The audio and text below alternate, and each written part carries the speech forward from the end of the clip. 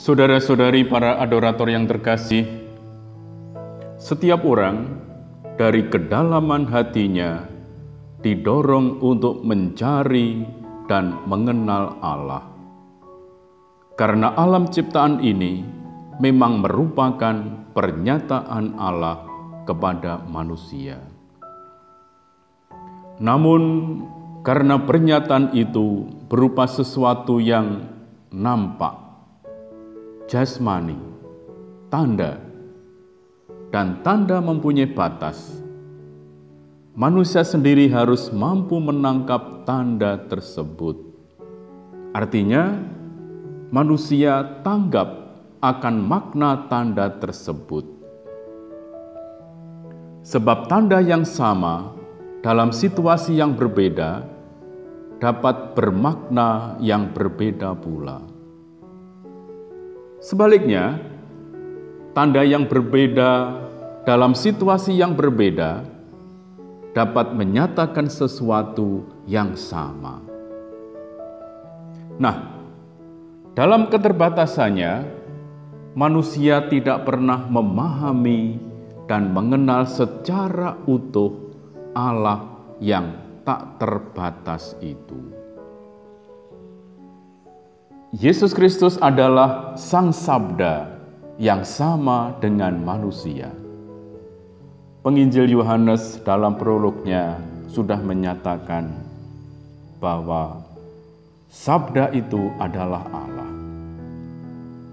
Sekalipun berwujud manusia, namun Kristus adalah wahyu Allah yang utuh. Melalui Dialah kita mengenal Allah secara lebih utuh.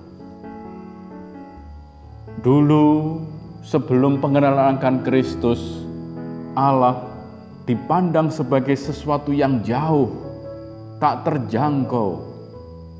Namun dengan kehadiran Kristus, Dia yang tak terjangkau itu ada di antara kita, tinggal bersama dengan kita.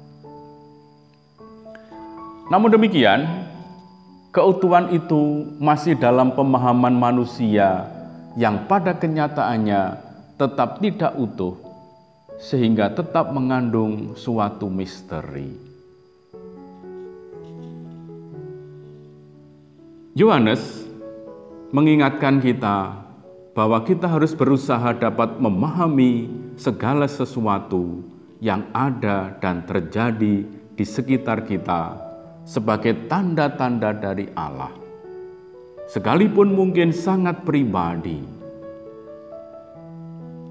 Hanya dengan cara itu kita akan menangkap makna hidup ini, sehingga juga mampu menghidupinya sesuai dengan kehendak Allah. Allah pun menghendaki agar kita mewartakannya kepada sesama, sehingga semua orang bisa hidup dan selamat. Itu berarti bahwa tanggapan akan tanda-tanda tersebut akan mengubah hati manusia, bukan sekedar suatu perubahan lahiriah. Penginjil Yohanes mencatat, "Jikalau engkau melihat roh itu turun ke atas seseorang dan tinggal di atasnya, Dialah yang akan membaptis dengan Roh Kudus. Dan aku telah melihatnya dan memberi kesaksian, Dialah Putra Allah." Yohanes 1 ayat 33-34. Namun, dosa juga mencemari cinta manusia. Maka perubahan hati itu adalah karya Allah Roh Kudus yang memurnikan cinta manusia. Pemurnian itu akan menjadikan pandangan mata hatinya semakin peka mengenali kehendak Allah yang tersirat pada segala sesuatu yang dijumpai dan dialami dalam hidupnya. Karya Roh Kudus tidak tampak secara jasmaniah, tetapi dapat disaksikan dari buahnya, yaitu yang keluar dari kedalaman hatinya. Menurut Rasul Paulus, hati yang telah mengenal Allah dengan cinta yang murni akan membuahkan pengakuan bahwa Kristus adalah Tuhannya, sekalipun mereka itu bukan orang Yahudi.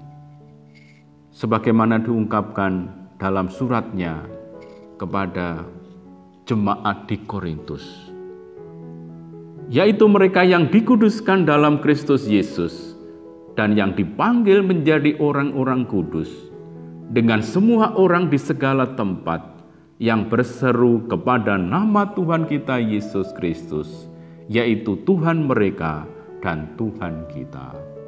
1 Korintus bab 1 ayat 2.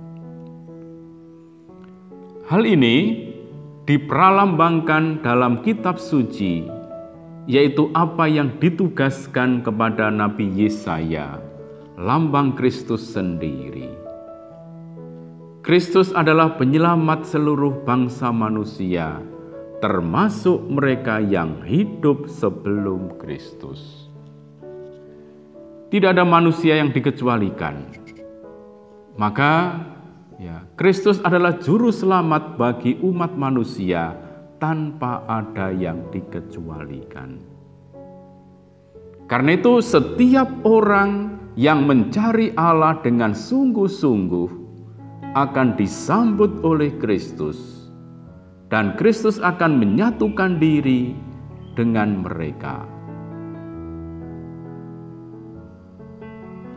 Terlalu sedikit bagimu hanya untuk menjadi hambaku, untuk menegakkan suku-suku Yakub, untuk mengembalikan orang-orang Israel yang masih terpelihara.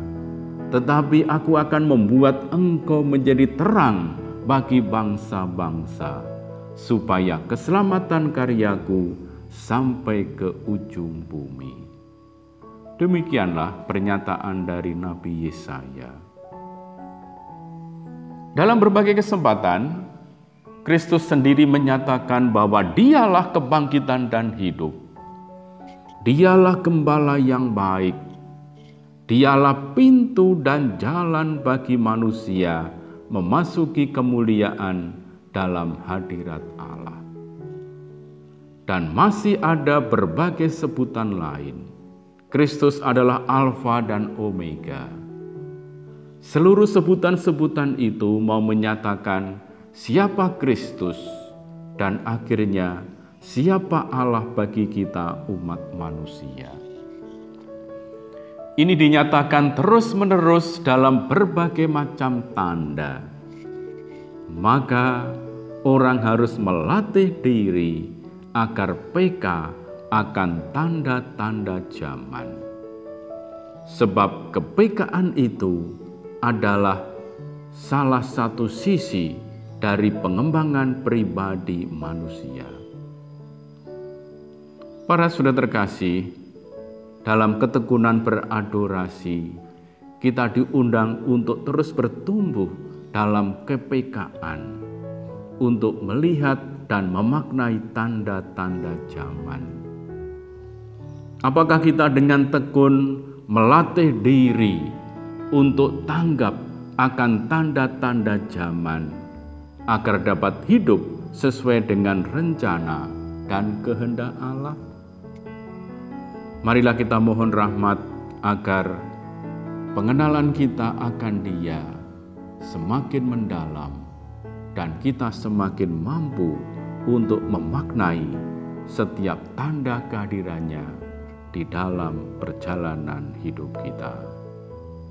Tuhan memberkati kita semua. Amin.